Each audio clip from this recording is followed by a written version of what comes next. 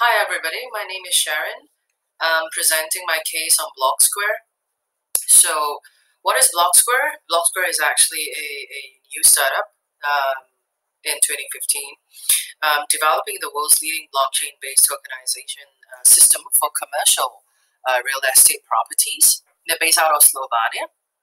And essentially, BlockSquare identifies themselves as an IT company that's developing the state-of-the-art blockchain-based tokenization system that would serve globally across for investors as well as for certified partners that may be a realtor, asset management company, or even a property investment firm to come on board.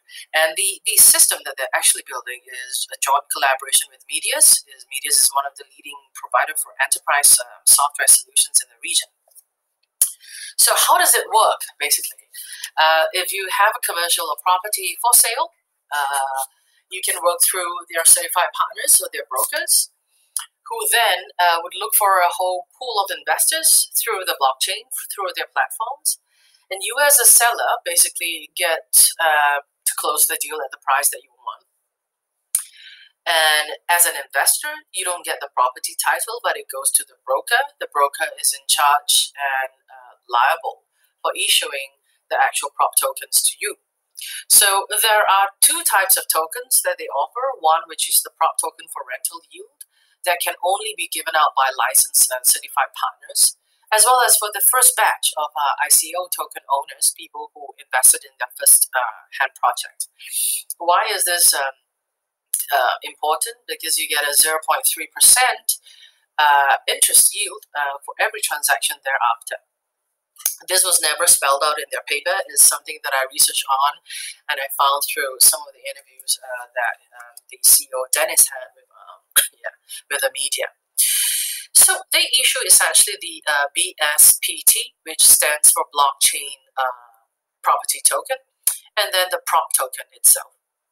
So while you hold a BSPT, you actually get to receive rent, and you can sell on the secondary market, and you get a certain interest value out of it. So this is the role of a certified partner. What's interesting is that the prop token creation is subjected to Ethereum mining fees, and the Ethereum mining fees has been on the rise. I have signed it up. I've signed up for it myself through their Telegram as well as through their website as wanting to invest.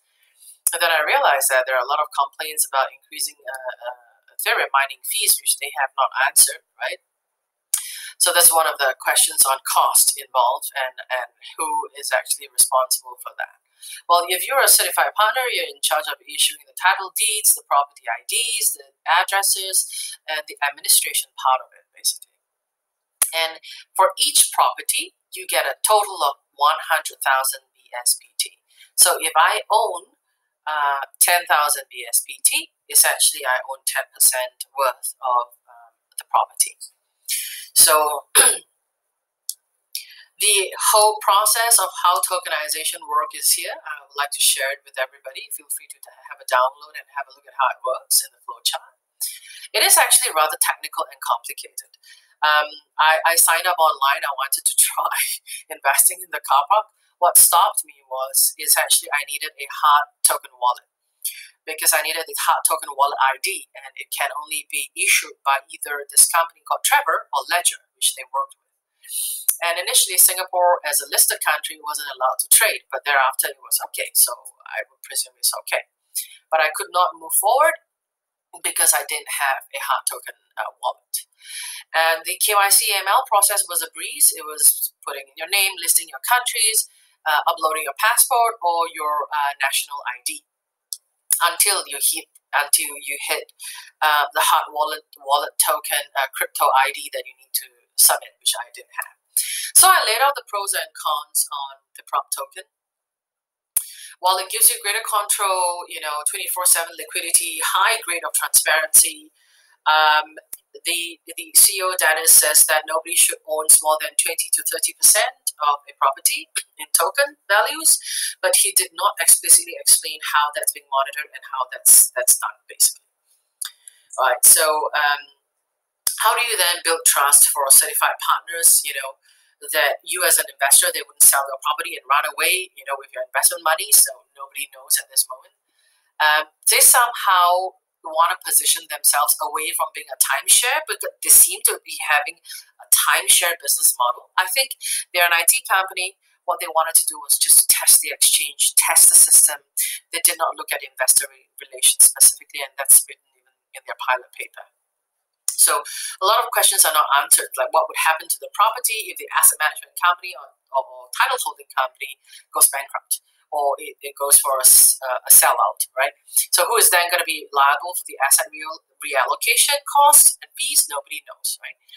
So, and also for the insurance companies offering prop token as for holders protection, how do they secure their mortgage on the property title, basically? All these are not spelled out. So here's a chart, a slide on how BSPT is calculated. Pretty much the first initial launch that they had was really on the car park space and the technology park. So they had 19 investors out of 16 days across 8 countries. So they did a public sale for 7 days, and after that they did a private pre-sale for also 7 days. Private pre-sale has the most uptake. Second was the public pre-sale, and then the mass crowd sale was just only for 3 days. Here's a quick screenshot on the blockchain real estate landscape at the moment. They're not the first. There's so many out there.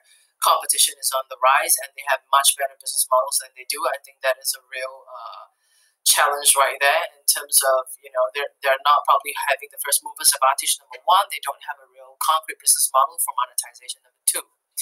And they probably have a good AML and KYC, digitizing contracts and agreements kind of a platform for the brokers or the certified partners to work with, and that could be a future spin-off to another platform or monetization model, if you were to ask me. So my strategy was that I think they need to focus on building a thriving ecosystem across the supply chain for assets, for properties. Blockchain in this space would be very interesting to see how the future of asset supply chain evolves over time. And identifying global strategic partners across would be great. I think it's a good start. And how they could probably really look at delivering real tokenized investment value to investors securely with increased liquidity is something that they need to work out with the certified partners or the brokerage or the asset management companies, because they need to tap source into the customers from the actual property management firms or asset companies' customer base, because they don't have any. While they try to mass acquire through the pilot, it is still just a car park lot, right? So while I think they have a global dream of decentralizing and democratizing global real estate investments via fractional ownership across the globe, I think it's a very novel idea. I like that. It would give us access to investments that we could have, properties that we could have never gained access to, right? And to own just a fraction of it and not all of it because we couldn't afford. So, and the last bit was how the whole digitization of the real estate contracts and agreements would be part of this whole ecosystem, and it could probably even call some fees for it for part of monetization. So I worked out across global benefits, risk, and cost involved. I think something that hits me really hard is that there's no real incentive for the partners to come on board. There's no tiering model. There's no tangible margins on any of the business models.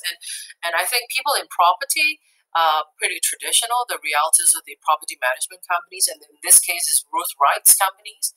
The problem statement is to look at how Ruth Wright could actually ride on and capitalize or leverage on BlockSquare. So I'm trying to think, if I'm Ruth Wright, what would I do? And I think I rebranded it